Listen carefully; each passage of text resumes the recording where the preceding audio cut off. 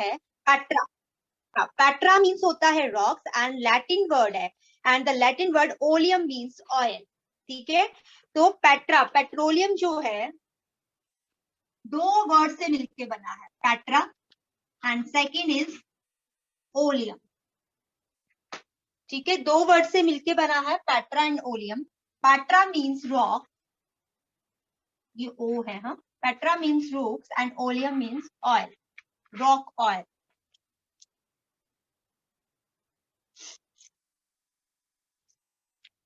सभी कैमरे ऑन करके रखेंगे अपने अपने। ठीक है, तो ग्रीक वर्ड से लिया गया है पेट्रोलियम वर्ड जो है, जिसका मीन होता है रॉक ऑयल। ठीक है, पता चला रॉक किसको बोलते हैं। ठीक है, rock is Petra, Petra, petro. ठीक है जी, पेट्रोलियम है ना, पेट्रोलियम, इसको दो में पेट्रोलियम, ओलियम अलग कर दिया गया है एंड पेट्रा अलग।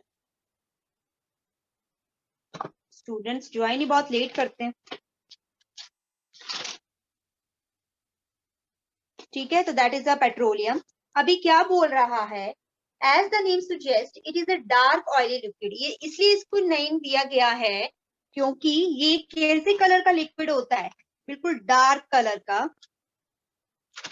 बच्चे भी ना, है ना, डार्क कलर का लिक्विड होता है और इससे बहुत ही अनप्लीजेंट स्मेल आती है।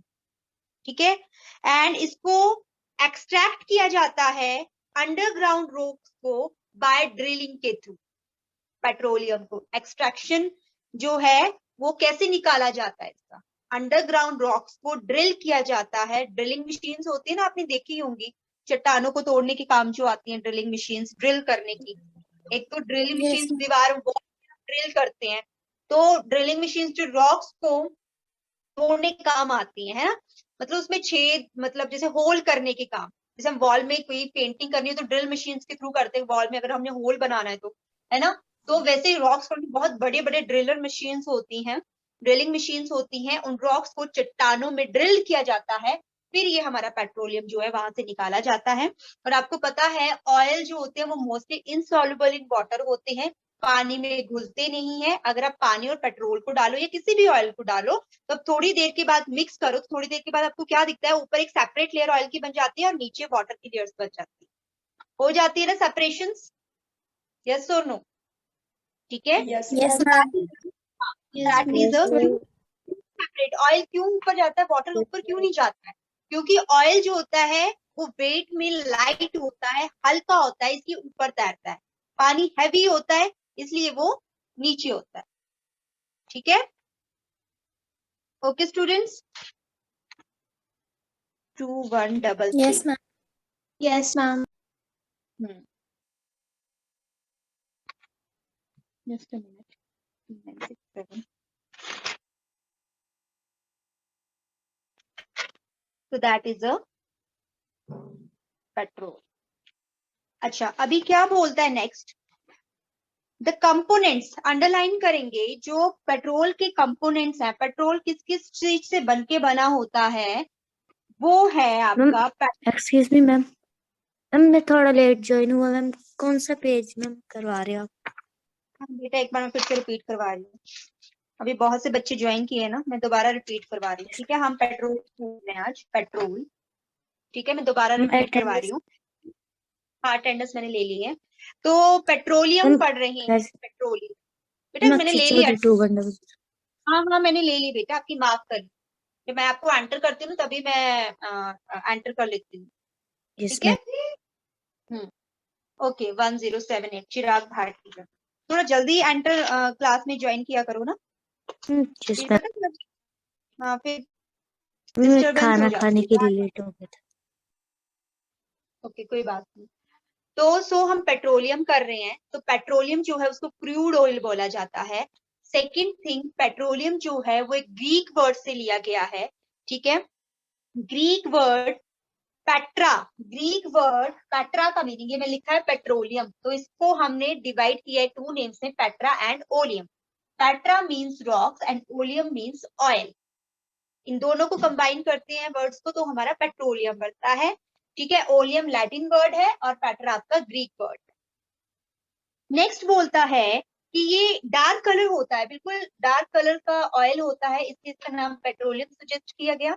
सेकेंड थिंग इज दैट अगर हम पानी और पेट्रोल को मिक्स करते हैं तो थोड़ी देर के बाद आपको क्या देखने को मिलता है कि पेट्रोल की ऊपर वाली लेयर आ जाती है, सेपरेट कर देते हैं, अब एक दूसरे से सेपरेट हो जाते हैं, तो वाटर जो है वो नीचे आता है। क्यों ऊपर आता है? Because it has a light weight, उसका थोड़ा भार जो होता है एज कंपेरिजन टू वाटर हल्का होता है, इसलिए ये ऊपर वाली लेयर्स में पेट्रोल दिखता है और नीचे वाटर दिखता है आपको। ठीक है, अभी पेट्रोल में जो कंपोनेंट्स होते हैं, a mixture of a large number of components like petrol, diesel, kerosene and paraffin wax. The components of petroleum are separated by the process of fractional distillation. ये लिख लेंगे, fractional distillation के through ही हम petrol के components को separate करते हैं, जैसे कोल तार को करते थे हम सेपरेट, फ्रैक्शनल डिस्टिलेशन।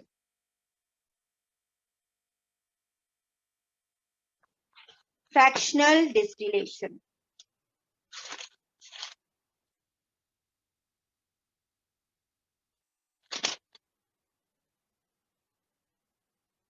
ठीक है। नेक्स्ट बोलते हैं कि the daily consumption of petroleum all over the world is about 88 million barrels. Barrels इसकी यूनिट्स हैं, ठीक है, ऑयल की। तो 88 मिलियन बैरल्स जो होता है 1 मिलियन 10 लाख के बराबर होता है, इक्वल टू 10 लाख। तो सोचो 88 मिलियन कितने लाख हो गए। ठीक है, अभी क्या बोल रहा है, इसलिए इसकी इतनी ज्यादा डिमांड है, इसलिए हम इसको ब्लैक गोल्ड भी बोलते हैं। तो आपसे क्वेश्चन आ जा सकता है, ब्लैक गोल्ड किसको बोला जाता है? ब्लैक गोल्ड, तो ब्लैक गोल्ड किसको बोला जाता है? Petrol. Black gold is petroleum. अब मैंने एंटर नहीं करना है, इस टाइम एंटर कर रहे हो, इतना लेट। तो दैट इज अ पेट्रोलियम। ठीक है, अब इसकी हम फॉर्मेशन देखेंगे, तो ये बनता कैसे है। ठीक है, इतना समझ में आ गया, बस इसमें 3-4 पॉइंट्स आपने क्या याद रखने हैं। क्रूड ऑयल बोला जाता है। सेकंड, पेट्रोलियम के जो मिक्सचर होते हैं उसको हम फ्रैक्शनल डिस्टिलेशन से सेपरेट करते हैं। थर्ड थिंग हम ये देखेंगे कि इसको हम ब्लैक गोल्ड बोला जाता है, क्योंकि ऑल ओवर द वर्ल्ड इसकी बहुत ज्यादा डिमांड होती है। ये 3 थिंग्स आपने लिख ली है। ठीक है, black gold, crude oil, and ये कहाँ मिलता है? रॉक्स में, under the rocks, beat the rocks. अब फॉर्मेशंस देखेंगे कि पेट्रोलियम बनता कैसे है। ठीक है, तो कौन रीड करेगा? महक 981 आप रीड करेंगे बेटा, formation of petroleum. Petroleum. Petroleum is formed from the remains of sea plants and animals that died millions of years ago. These plants and animals sank to the seabed and got covered with layers of sand and silt. During the decomposition of these plants and animals, nitrogen, phosphorus, and oxygen were removed by the action of bacteria, and only carbon and hydrogen were left in them. Decomposition of not completed due to the insufficient availability of oxygen at the bottom of the ocean, and the partially decomposed matter remained buried under increasing weight of sand and silt over millions of years. At the depth of about 10,000 feet, high temperature and the high pressure lead to the formation of petroleum and natural gas from the partially decomposed matter. In India, petroleum is found in Assam, Gujarat, Maharashtra, and river basins of Krishna and Godavari. Godavari, okay. अब stop करेंगे read करना। अभी petroleum की formation क्या होता है? Petroleum आपको पता है अंडर द रॉक्स मिलता है, उसको ड्रिल करना पड़ता है, बट पेट्रोलियम बनता कैसे है? तो पेट्रोलियम स्टूडेंट्स आपका क्या बनता है, कैसे बनता है? कभी कभी आपने न्यूज में देखा होगा कि जैसे जो रिफाइनरीज लगी होती हैं सी के मिड में, या बहुत बड़े बड़े जो रिवर्स होती हैं, तो उसमें आग लग जाती है। कभी कभी टीवी में, न्यूज में सुना होगा, है ना, समुद्र के बीच बीच में जहाँ से पेट्रोलियम निकाला जाता है, बड़ी बड़ी मशीनें लगी होती है, कभी उसमें पूरे में ही आग लग जाती है। होता ना ऐसे, कभी कभी दिखता है न्यूज में, कई बार सुना होगा। आपने नहीं सुना होगा तो Yes, गूगल में ma'am. सर्च करके, यूट्यूब में सर्च करके देख। ठीक है। सो स्टूडेंट्स, फॉर्मेशन कैसे होती है, पेट्रोल बनता कैसे है? जो हमारे समुद्र में रहने वाले जीव जंतु होते हैं, प्लांट्स होते हैं, जो समुद्र में पाए जाते हैं, जब वो मर जाते हैं ठीक है, तो वो क्या होते हैं, सी की बॉटम में उनकी बॉडी सेटल डाउन हो जाती है। ठीक है, जैसे कोल का केस था। फिर क्या होता है, उसके ऊपर परतों के ऊपर परतें चढ़ती रहती हैं, सैंड एंड स्लिट की। जितनी सैंड एंड स्लिट की परतें ऊपर के ऊपर चढ़ती जाएंगी, वो और नीचे डेड बॉडीज जाती जाए। ठीक है, और बॉडीज, डेड बॉडीज नीचे जाती जाएंगी। अच्छा, वहां पे डिकम्पोजिशन प्रॉपरली नहीं हो पाती क्योंकि वहां ऑक्सीजन की कमी होती। ठीक है, इसलिए प्रॉपरली पूरी तरह से वो सड़ गल नहीं पाती, उनकी बॉडी पूरी तरह से सड़ गल नहीं पाती। बट उनमें जो नाइट्रोजन, फॉस्फोरस, ऑक्सीजन जो होती है, वो बैक्टीरिया के थ्रू निकाल दी जाती है और सिर्फ कार्बन और हाइड्रोजन ही बचता है। इसलिए इनको हम हाइड्रोकार्बन्स भी बोलते हैं। बुक में नहीं दिया गया है बट मैं आपको बता रही हूँ, इसलिए इनको हम क्या बोलते हैं, हाइड्रोकार्बन्स, क्योंकि इसमें हाइड्रोजन और कार्बन ही मिलता है। ठीक है, हाइड्रोकार्बन। सो स्टूडेंट्स, मैंने ये बोला कि इसमें सिर्फ हाइड्रोजन और कार्बन ही बचता है, बाकी बैक्टीरिया जो होते हैं वो सबको खत्म कर देते हैं, ओनली हाइड्रोजन एंड कार्बन ही बचता है। अच्छा, ऑक्सीजन की इनसफिशिएंट अवेलेबिलिटी होगी। ठीक है, तो पूरी तरह बॉडीज जो है वो क्या है, डिकम्पोज नहीं हो पाएंगे। फिर क्या हुआ, पार्शियली डिकम्पोज हो पाती है, थोड़ी सी ही सड़ गल पाएंगी, पूरी तरह से नहीं सड़ गल पाएंगी। ठीक है, फिर क्या होता है, जो रिमेन्स होता है, जो बॉडी रिमेन्स, सड़ गलने के बाद जो उनकी बॉडी का पार्ट बचता है ना, ठीक है, वो क्या होता है, उसके ऊपर और सैंड और स्लिट का वेट बढ़ता जाता है, और वेट बढ़ता जाएगा और वो नीचे दबती जाएंगे, और बहुत लाखों साल तक ऐसा चलता रहेगा।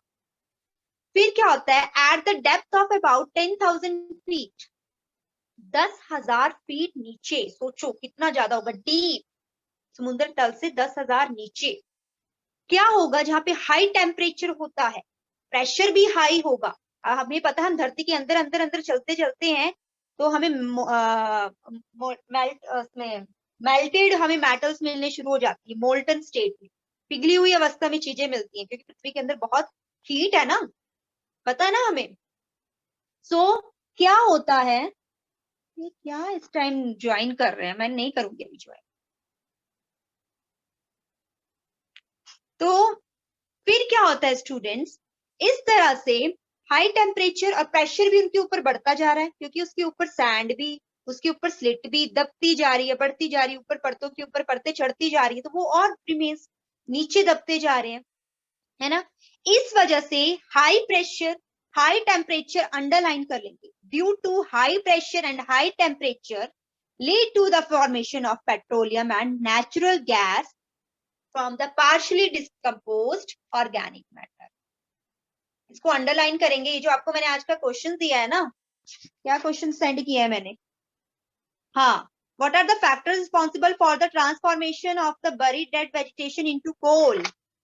तो इसमें से ही यही आंसर आ जाएगा। ठीक है, तो इसलिए मैंने अंडरलाइन करवाया। तो कैसे पेट्रोलियम बना, इस वजह से समझ में आया पेट्रोलियम कैसे बना। जैसे कोल का था, कोल में पानी नहीं था, धरती थी, लैंड थी, यहाँ पे आपको सी वाटर में आपको पेट्रोलियम मिलेगा। सी एनिमल्स जो होते हैं, वेजिटेशन एंड एनिमल्स जो होते हैं सी में, वो मर जाते हैं तो उनकी बॉडी नीचे गिर जाती है। नीचे सड़ने गलती नहीं है, पार्शियली होता है, क्योंकि वाटर की वजह से थोड़ी बहुत सड़ती गलती है, डिकम्पोज होती है, पूरी तरह नहीं हो पाती। फिर उसके ऊपर परतों के ऊपर परतें चढ़ती जाती सैंड की, और नीचे दबता जाएगा बहुत लाखों साल, फिर उन बॉडीज का आपको पेट्रोल बनना शुरू हो जाता है, तब आपको उनका पेट्रोल मिलेगा। इस तरह से पेट्रोल बनता है, high pressure, high temperature increase होने की वजह से। यहाँ तक सबको समझ में आ गया, यस और नो? Yes ma'am. ओके, अभी पूछा जाता है कि पेट्रोल इंडिया में कहाँ कहाँ पाया जाता है स्टूडेंट्स, तो असम में पाया जाता है ना, ब्रह्मपुत्रा है ना असम में, और गुजरात में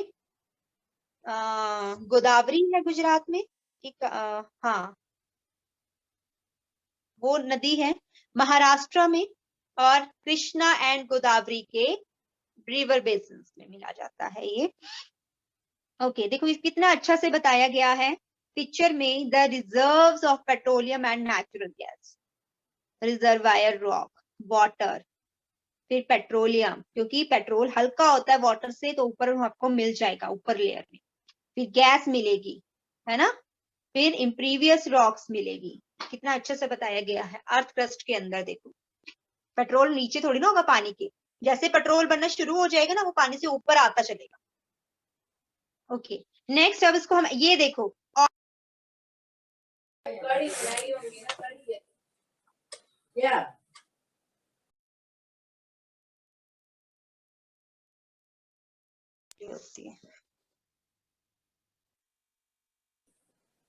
ठीक है, तो ऑयल रिफाइनरी में ये होती है ऐसी ऑयल रिफाइनरी जहां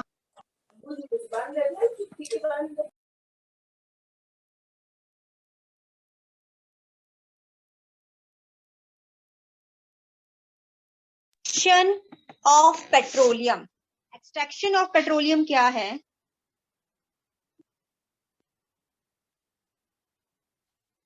जस्ट अ मिनट। हाँ, अब हम पेट्रोलियम को कैसे एक्सट्रैक्ट करेंगे उसके लिए क्या हो,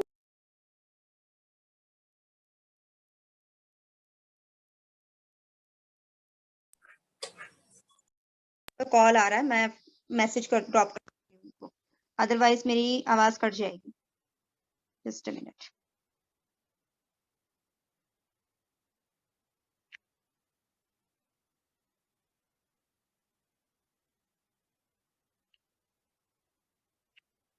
ma'am please send the message because मेरी क्लास लगी हुई है, अगर मैंने कॉल उठाया तो फिर मेरी क्लास की ऑडियो डिस्कनेक्ट हो जाती है, मेरे को दोबारा से फिर क्लास ज्वाइन करनी पड़ती है, इसलिए कोई भी मैसेज है तो प्लीज आप मेरे को ड्रॉप कर दें अगर इमरजेंसी या इंपॉर्टेंट कोई भी मैसेज है।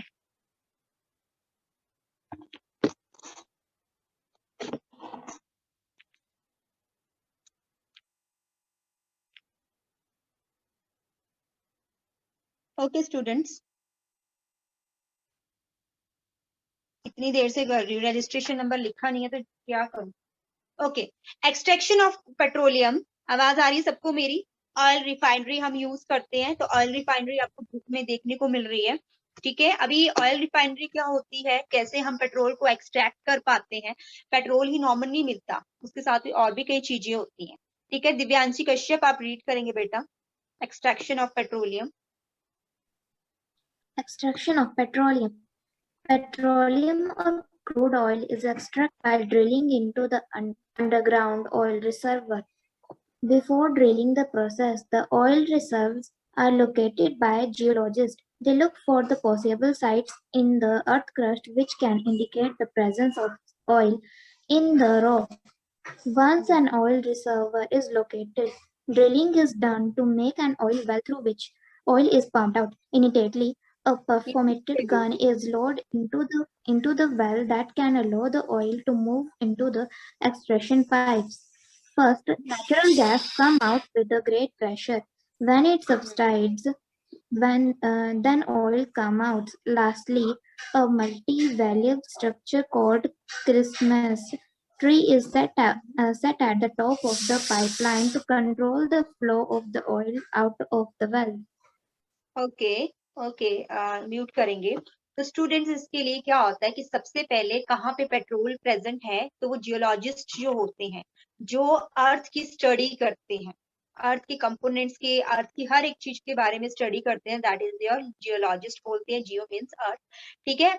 वो पहले बताते हैं कि कहाँ पेट्रोल हो सकता है, फिर वो ऑर्डर देंगे कि यहाँ पे ऑयल है और यहाँ पे आप ड्रिल करना स्टार्ट कर, ठीक है। तो क्या होता है, before dealing the process the oil reserves are located by the geologist, ठीक है। रिजर्व्स क्या होते हैं, जहां पे वो चीज एक बल्क में पाई जाती है, बहुत लार्ज अमाउंट में, रिजर्व्स उनको बोला जाता है। They look for the possible sites in the earth crust which can indicate the presence of oil in the rocks. मैंने वही बताया कि जियोलॉजिस्ट पहले बताएंगे कि कौन सी रॉक को ड्रिल करना है, फिर वहां पे काम करना शुरू हो जाता है।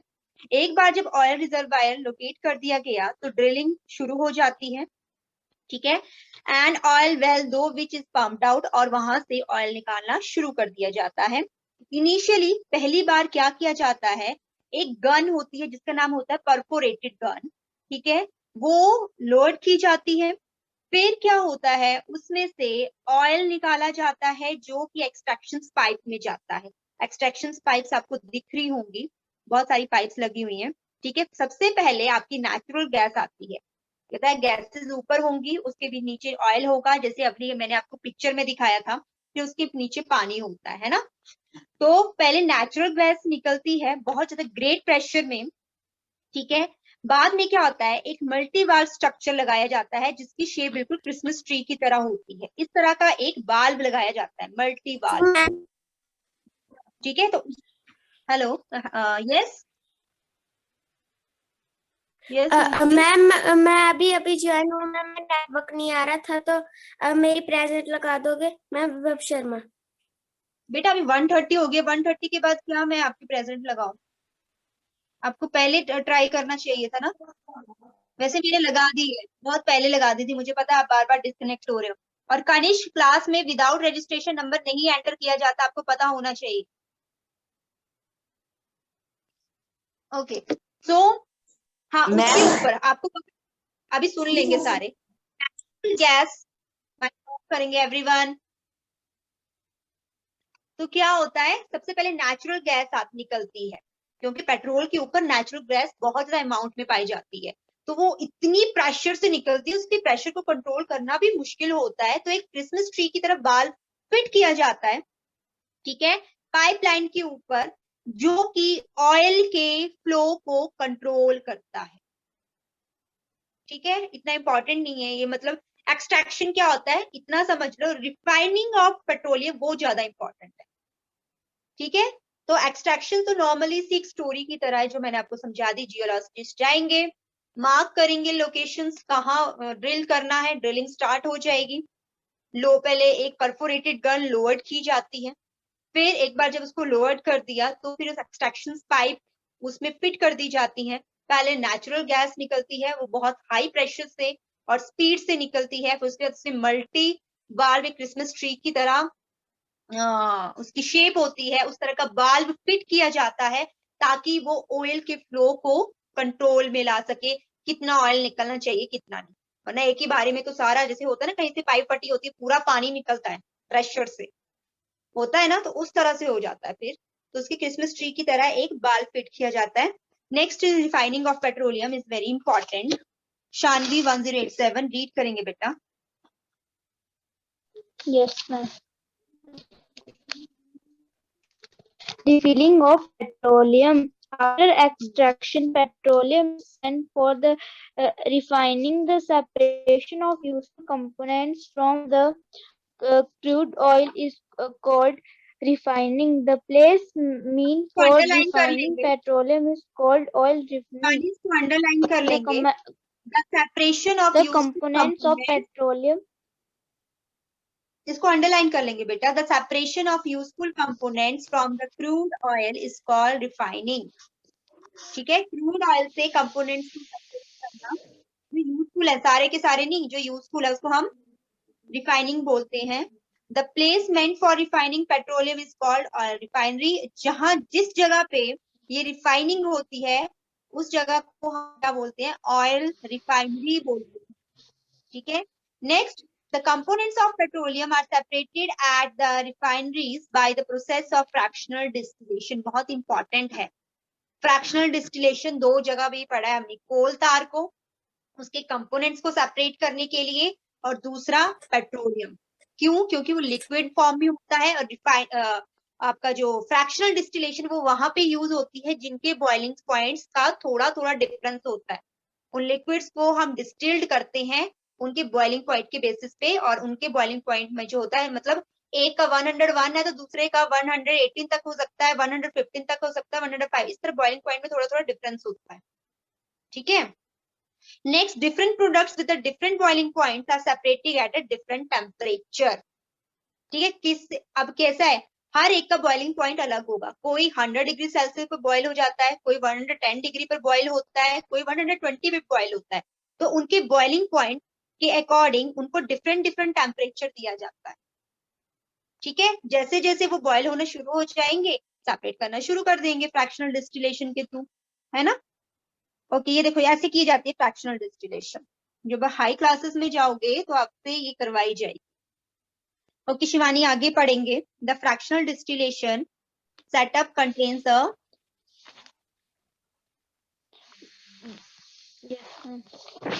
The fractional distillation setup contains a furnace and a fractionating column. Crude oil is passed through the furnace with heat in it to 400 400 degrees Celsius.